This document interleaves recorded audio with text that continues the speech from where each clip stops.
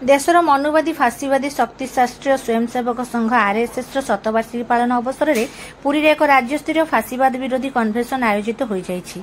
एही कन्भेन्शन परिप्रेक्षी प्रस्तुत ब्यानर हटाइबाकू जिला प्रशासन निषेधादेशକୁ वक्ता माने तीव्र निंदा करथिले एवं एपरि पदक्षेप घोषित जरूरीकालीन परिस्थिति ठारू कौनसी गुणरे कम नुहे बोली अभियोग करथिले। एकदा जनसंघ एवं वर्तमान क्षमताशील बीजेपी जेपरि देशर संविधान और गणतांत्रिक अधिकार उपर आक्रमण जारी रखिछंती ता विरुद्ध रे समस्त वामपंथी प्रगतिशील गणतांत्रिक और जनवादी शक्ति एकाठी हेबा और गण आंदोलन को संगठित करबा पई एही कन्वेन्शन रे आह्वान दिया जाइछि।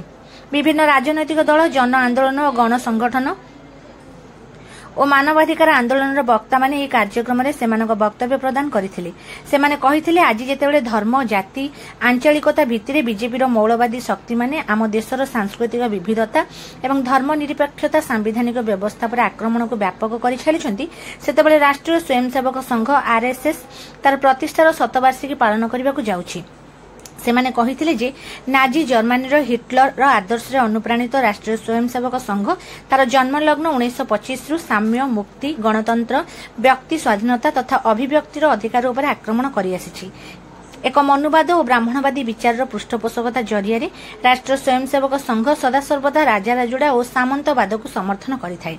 एही संगठन रे नारी प्रवेश निषिद्ध थिबा बेले नारी को पुरुषर सेवाकारी तथा संपत्ति भाव विवेचना करा जाय।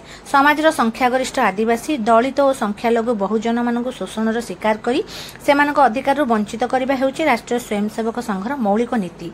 एकदा संघर राजनैतिक सामुख्य भाव परिचित जनसंघ भारतीय जनता पार्टी बीजेपी नाम देशर विभिन्न राज्य और केन्द्र रे क्षमता को आसिला परे कॉर्पोरेट स्वार्थ रे सामाजिक विभेद शोषण दमन सहित प्राकृतिक संपदर लुठन व्यापक होइछि। उग्र हिंदुत्व तथा देशप्रेम नाम कृषक श्रमिकों कष्टलब्ध अधिकार को विपन्न करी वर्तमान बीजेपी नेतृत्व में रहिथिबा केन्द्र और राज्य सरकार माने सेमानक सांप्रदायिक और फासीवादी चरित्र को अधिकरू अधिक बलिष्ठ करुछंती।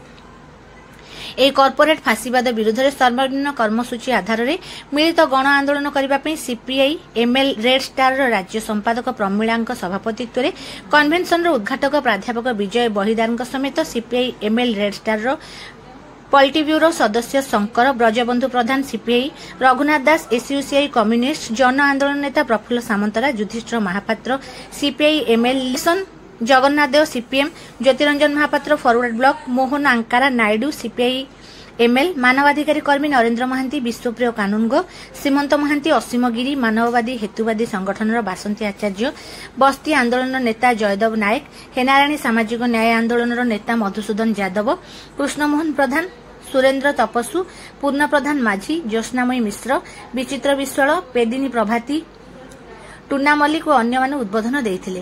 एही परिप्रेक्षी रे कन्वेन्शन रो भित्तिपत्र उपस्थापन करा जिबा सहित दलित आदिवासी महिला और संख्यालघु संप्रदाय उपरे फासीवादी राष्ट्र दमन बंद करिबा अभिव्यक्तिर स्वाधीनता पर आक्रमण बंद करिबा सांविधानिक अधिकार गणतांत्रिक व्यवस्था और धर्मनिरपेक्षता पर आक्रमण विरुद्ध एक हेबा शिक्षार व्यवसायीकरण और गौरिकीकरण बंद करिबा जल जमी और जंगल अधिकार उपरे कॉर्पोरेट और फासीवादी शक्ति आक्रमण विरोध में एकाठी हेबा जनसाधारण मौलिक समस्या को एड़ाई दे मिथ्या देशप्रेम और युद्धर उन्मादना सृष्टि करुथिबा शासकीय तथा कॉर्पोरेट षड्यंत्रर पर्दाफाश करबा पई आगे आसबाक आह्वान देइथिले और प्रस्ताव ग्रहण करथिले। मेरा नाम शंकर है, मैं सीपीआई एमएल रेड स्टार का पॉलिट ब्यूरो मेंबर हूँ। आज के कार्यक्रम के बारे में कुछ बताइए। आज का कार्यक्रम जो है, आज हमारा पार्टी के तरफ से और हमारे साथ जो सहयोगी संगठन जो है ये सबको मिल करके हम लोग पूरे देश में जहाँ पे हमारा काम है 14-15 स्टेट में हमारा काम है,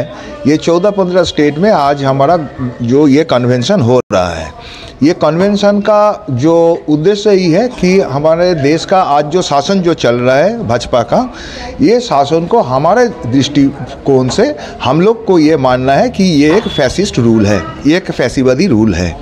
तो इसके खिलाफ में हमारे देश में जो ब्राह्मणवादी ताकत जो अभी राज कर रहे हैं, इसके खिलाफ में जनता के ऊपर जो हमला हो रहा है, खाली शारीरिक हमला नहीं, इसके साथ साथ जो वित्त नीति पर जो हमला हो रहा है, जनता के हाथ में आज पैसा नहीं है, जनता के बहुत सारे मांग है जो पूरी नहीं किया जा रहा है।